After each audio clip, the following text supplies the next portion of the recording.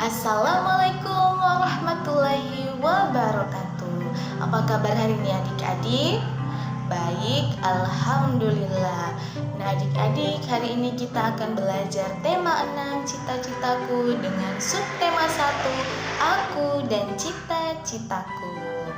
Nah, dengan tujuan pembelajaran kita hari ini yaitu siswa mampu menyebutkan sumber daya alam yang ada di tingkat kota atau kabupaten. Kemudian siswa mampu menjelaskan pemanfaatan sumber daya alam yang ada di tingkat kota atau kabupaten. Dan siswa mampu menjelaskan hubungan karakteristik ruang dan pemanfaatan sumber daya alam untuk kesejahteraan masyarakat di tingkat kota, kabupaten, sampai provinsi.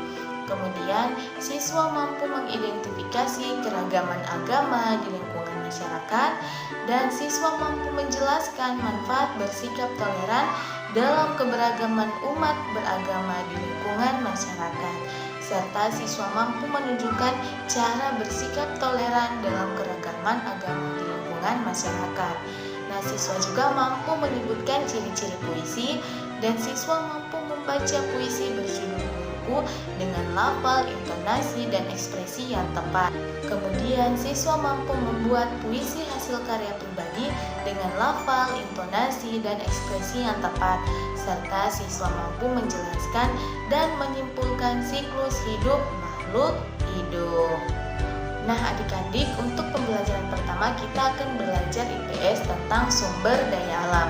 Nah untuk itu adik-adik, coba adik-adik perhatikan gambar berikut. Gambar berikut merupakan gambar sumber daya alam. Nah adik-adik, sebelum lanjut ibu mau tanya, adik-adik sudah tahu apa itu sumber daya alam?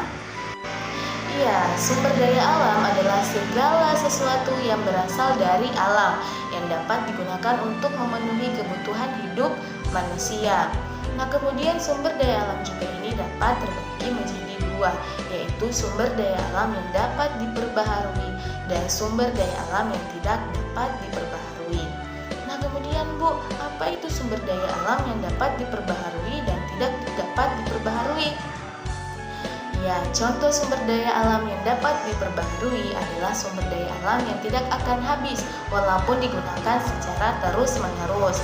Contohnya air, tanah, udara, hewan, dan tumbuhan. Nah, bagaimana Bu kalau sumber daya alam yang tidak dapat diperbaharui? Ya, sumber daya alam yang tidak dapat diperbaharui adalah sumber daya alam yang akan habis jika digunakan secara terus-menerus. Contohnya adalah barang-barang tambang seperti timah, batu bara, bauksit, nikel, dan minyak bumi. Nah, selanjutnya Ibu akan jelaskan pemanfaatan karakteristik ruang dan sumber daya alam di Indonesia. Nah, perbedaan karakteristik ruang di wilayah Indonesia sangat mempengaruhi kegiatan ekonomi, sosial, budaya, dan pola hidup masyarakat.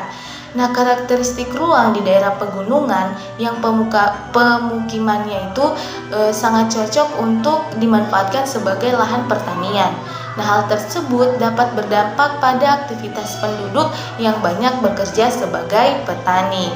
Begitu juga di dataran rendah yang tanahnya datar, cocok untuk area pemukiman, perkantoran, dan industri, sehingga penduduk di dataran rendah lebih cocok jika bekerja sebagai industri dan jasa sebagai karyawan, pegawai, serta pedagang, dan lain-lain. Tentang sumber daya alam serta pemanfaatan karakteristik ruang dan sumber daya alam di Indonesia. Nah, untuk adik-adik, jika ada yang kurang paham atau adik-adik kurang mengerti, boleh adik-adik tulis di kolom komentar.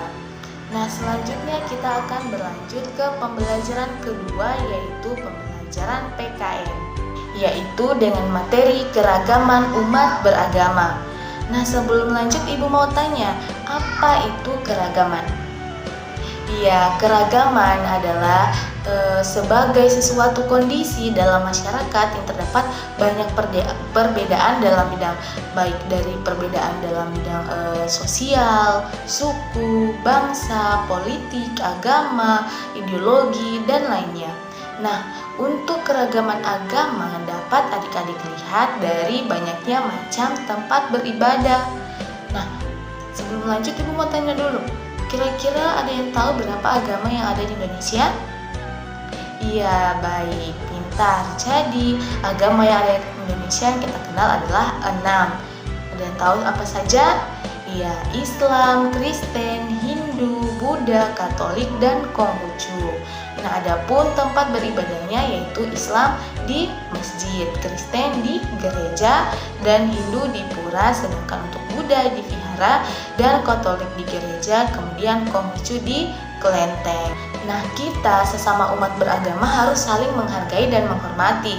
Kemudian bagaimana Bu cara kita menghormati dan menghargai, atau bagaimana cara kita bersikap toleran antar umat beragama? Jadi yang pertama itu kita harus menghormati hak dan kewajiban umat beragama satu sama lain. Kemudian berteman dengan teman tanpa melihat atau tanpa membeda-bedakan agama dan kepercayaannya. Kemudian tidak menghalangi umat agama lainnya sedang beribadah. Selanjutnya bisa membantu sesama masyarakat tanpa melihat latar belakang agama. Nah, kemudian apa Bu manfaat kita untuk bersikap toleran antar umat beragama? Tentu banyak pemanfaatnya. Misalnya, kita dapat terhindar dari adanya perpecahan antar umat agama, dan kita juga dapat mempererat tali silaturahmi. Kemudian kita dapat menerima dan menghormati perbedaan serta hidup rukun antar sesama. Kemudian kita juga mampu atau terciptanya ketentraman dalam hidup bermasyarakat. Nah, itulah penjelasan tentang keragaman agama yang ada di lingkungan masyarakat. Kepada adik-adik, jika ada yang ingin ditanyakan, silakan di chat atau ditulis di kolom komentar. Nah, selanjutnya pembelajaran ketiga yaitu tentang bahasa Indonesia. Nah, tentang bahasa Indonesia ini materinya yaitu tentang puisi. Nah, ada yang tahu puisi itu apa? Ya, puisi merupakan salah satu jenis karya sastra yang gaya bahasanya sangat ditentukan oleh irama, rima, serta penyusunan lirik dan bait. Nah, penulisan puisi juga dilakukan dengan bahasa yang cermat dan pilihan kata yang tepat, sehingga meningkatkan kesadaran orang akan pengalaman dan memberikan tanggapan khusus lewat perantara bunyi, irama, dan pemaknaan khusus. Kemudian bagaimana Bu ciri-ciri puisi? Jadi ciri-ciri umum puisi itu yang pertama, kata atau diksi yang digunakan dalam puisi umumnya bersifat riasan. Selain itu diksi yang digunakan juga bersifat indah dan padat. Kemudian kata atau diksi yang dipakai akan mempertimbangkan sajak dan rima. Nah, beberapa puisi juga yang digunakan majas, biasanya majas ini digunakan sangat dominan di dalam bahasa puisi. Adapun di dalam puisi ada beberapa hal yang tidak akan ditonjolkan seperti alur, tone, dan setting. Nah, selanjutnya coba adik-adik perhatikan contoh teks puisi guruku berikut. Ya, jadi adik-adik perhatikan dan ibu akan memberikan contoh bagaimana cara membaca puisi dengan lafal, intonasi, dan ekspresi yang baik. Jadi kan judulnya ini tentang guru. Jadi kita harus menggunakan ekspresi yang baik dan tepat. Jadi dicontohkan ya, misalnya, guru, kaulah pahlawan tanpa jasa, mengabdi untuk bangsa, membagi ilmu untuk kami dengan penuh kesabaran. Didikan terhadap kami, kepedulian dan kasih sayangmu yang selalu kau berikan, takkan pernah kulupakan. Ya, kurang lebih seperti itu ya contoh membaca puisi dengan lafal dan intonasi serta ekspresi yang tepat. Nah, selanjutnya jika ada yang adik-adik kurang paham, bisa ditanyakan melalui kolom komentar ya. Nah, selanjutnya untuk pembelajaran keempat yang terakhir yaitu ilmu pengetahuan alam atau IPA. Nah, materi tentang IPA yaitu mengenai tentang daur hidup makhluk hidup. Nah, adik-adik ada yang tahu atau ada yang sudah tahu apa itu daur hidup? Iya, betul. Daur hidup merupakan fase dari makhluk hidup dari lahir, kemudian menjadi dewasa, dan kemudian menghasilkan keturunan. Nah, pada daur hidup hewan secara umum dibagi menjadi dua, daur hidup hewan tanpa metamorfosis dan daur hidup hewan metamorfosis. Nah, coba adik-adik lihat gambar siklus hidup kupu-kupu dan belalang berikut. Ya, jadi kupu-kupu adalah contoh daur hidup hewan yang metamorfosis. Nah, boleh dilihat siklus hidupnya. Yang pertama itu adalah telur. Nah, tahap pertama adalah telur ini merupakan wujud terkecil atau bentuk pertama kupu-kupu saat lahir. Nah, saat menetas, telur ini ditempelkan pada bagian bawah daun agar terhindar dari pemangsa. Nah, selanjutnya telur ini akan menetas dan menjadi ulat. Nah, ulat memiliki warna dan ukuran yang berbeda-beda tergantung induk dan jenisnya. Nah, selanjutnya ulat akan menjadi kepompong atau pupa. Nah, setelah persiapan energi atau makanan sudah terpenuhi, ulat akan berhenti makan dan bersiap berubah menjadi kepompong. Nah, pada tahap ini, ulat dewasa berubah menjadi sebuah tempurung yang terbuat dari benang alami. Nah, setelah menjadi kepompong atau pupa, maka kupu-kupu setelah melewati fase tersebut akan berubah menjadi kupu-kupu yang utuh atau kupu-kupu dewasa. Nah, selanjutnya untuk daur hidup belalang. Yang pertama itu telur.